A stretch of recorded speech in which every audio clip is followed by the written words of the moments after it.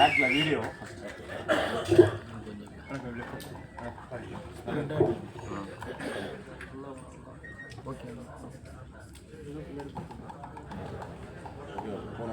Video ஓகேவா?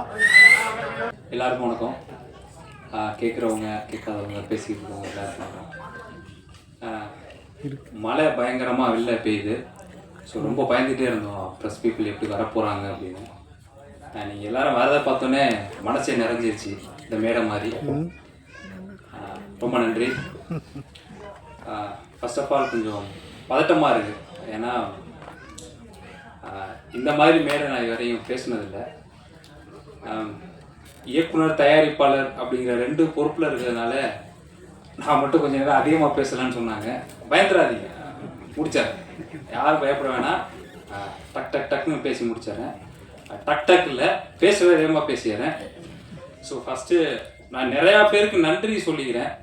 அதை நீ அவங்கள்ட்ட வாட்ஸ்அப்பில் வீட்டில் சொல்லிக்கலாம். ஏன்டா இங்கே வந்து சொல்கிறேன்னு கோவப்படாதீங்க. இங்கே சொல்கிற நன்றி தான் கொஞ்சம் அவங்களுக்கு பெருமை சேர்க்கும்.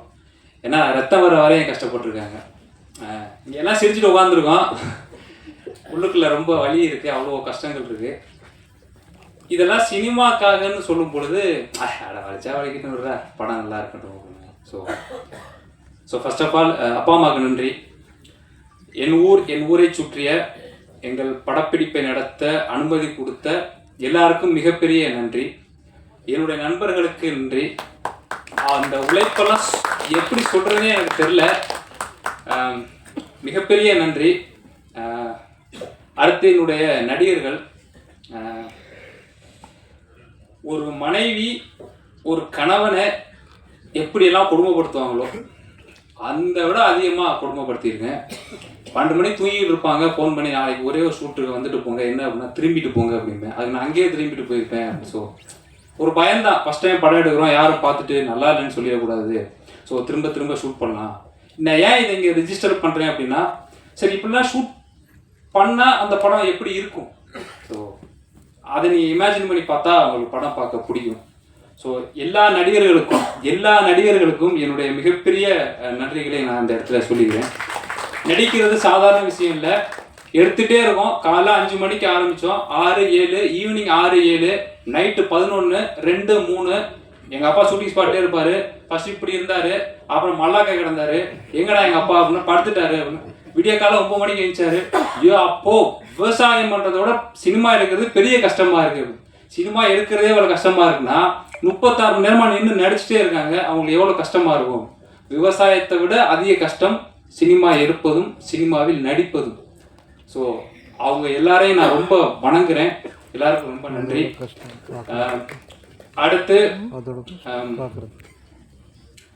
இந்த விழாவிற்கு சிறப்பு விருந்தினராக வந்திருக்கும் நடிகர் அருள்தாசன், அவங்களுக்கு மிகப்பெரிய நன்றிங்க. முன்ன பின்ன பழக்கம் இருக்கவங்களே கூப்பிட்டா வேலை இருக்குன்னு சொல்லிடுவாங்க. 4 மணிக்கு தான் நாங்கள் போய் கேட்டோம்.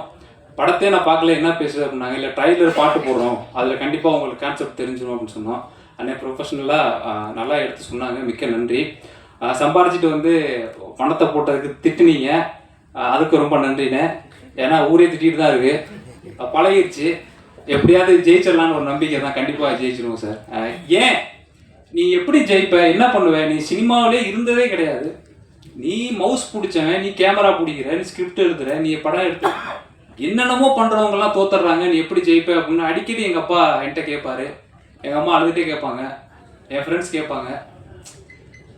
எனக்கு தோணுன ஒரே ஒரு பதில், 2 பேர் நான் நம்புகிற 2 பேர், மக்கள் இன்னொன்று பத்திரிகையாளர். மக்கள் இன்னொன்று பத்திரிகையாளர், மக்கள் பத்திரிகையாளர், மக்கள். இதே தான் எல்லாத்தையும் சொல்லிட்டு இருக்கேன். அட விடுங்க, பார்த்துக்குவோம். பீப்புள் ப்ரெஸ் பீப்புள் இருக்காங்க. ஏன்னா நல்ல படம் தானே எடுத்துருக்கோம், அது ஏன் அவங்க சொல்லாமல் இப்படி போயிடுவாங்க. நிராகரிக்கிற மக்கள் ஓகே, நம்ம ஒன்றும் பண்ண முடியாது.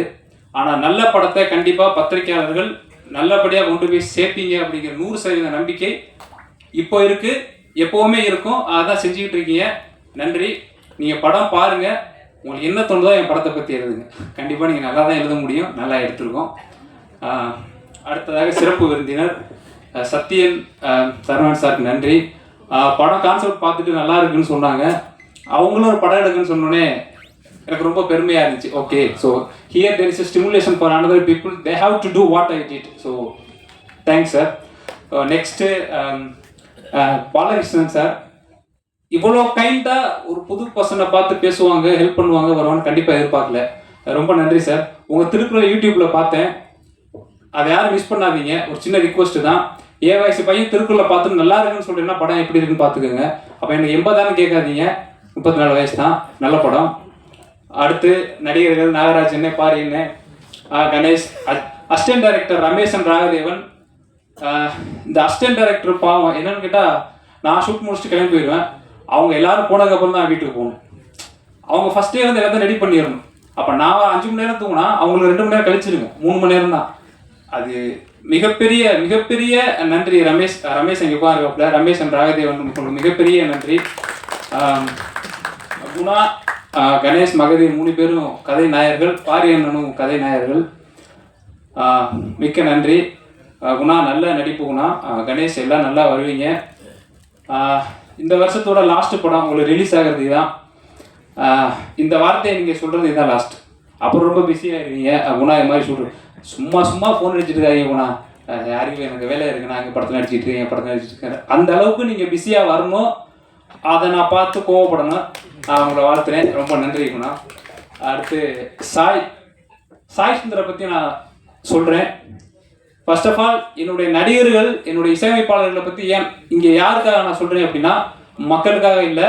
ஏன்னா அதை சொல்லி சிம்பதி கிரியேட் பண்ணுறதோ இல்லை அதை சொல்லி ஒரு நான் அதுக்காக வரல.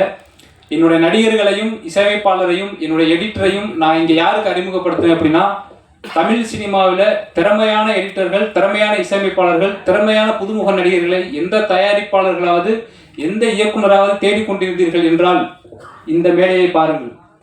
வெறி பிடிச்சி அலைஞ்சிட்டு இருக்காங்க. இவர் வயசுக்கு இவர் போடுற music just I can't image.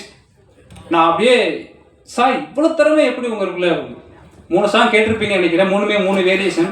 நல்லா வருவீங்க சாய். சாயோட குடும்பம் இங்கே வந்திருக்கீங்க. கண்டிப்பாக சாய் மிகப்பெரிய இசையமைப்பாளராக வருவார். கண்டிப்பாக வருவார். நான் சொன்னால் அது நடக்கும். கண்டிப்பாக வருவார். அடுத்து என்னுடைய எடிட்டர், ஒரு விஷயம் சொல்லிக்கிறேன். நான் தான் 3 பாட்டை எழுதுனேன்னு சாய் சொன்னார். அது வந்து நான் தான் எழுதுவேன்னு அடம் பிடிச்சி எழுதலை. ஒரு பாடலாசிரியர் அழைச்சிட்டு வந்து பேமெண்ட் கொடுத்து எழுத சொல்கிற அளவுக்கு காசு இல்லை. ஆனால் பேனா வாங்க காசு இருந்துச்சு, டைம் இருந்துச்சு. பார்த்தேன், சரி ஓகே. இப்போ வேற யாராவது படத்தில் எழுதுனா வந்து டக்குன்னு பேனாவை பிடிங்கிடலாம். நம்ம படம் நம்மளை யாரும் கேட்க மாட்டாங்கன்னு அவசரப்பட்டு எழுதிட்டேன். பட்டு நல்லா தான் வந்திருக்குன்னு சொல்கிறாங்க. ஸோ நல்லா வந்திருக்குன்னு நம்புகிறேன். தேங்க்யூ. அதுக்கு என்னை எல்லா பாடலாசிரியரும் மன்னிச்சிருங்க, பத்திரிகையாளர்களும் மன்னிச்சிருங்க. அது ஒரு ஆக்சிடென்ட். அடுத்த படம் நான் எடுத்தேன்னா அதுவும் ஒரு புது பாடலாசிரியருக்கான வாய்ப்புகளாக தான் இருக்குமே தவிர கண்டிப்பாக நான் எழுத மாட்டேன். என் வேலையை மட்டும்தான் நான் பார்ப்பேன். என்னை மன்னிச்சிருங்க. நெக்ஸ்ட் என்னுடைய எடிட்டர்.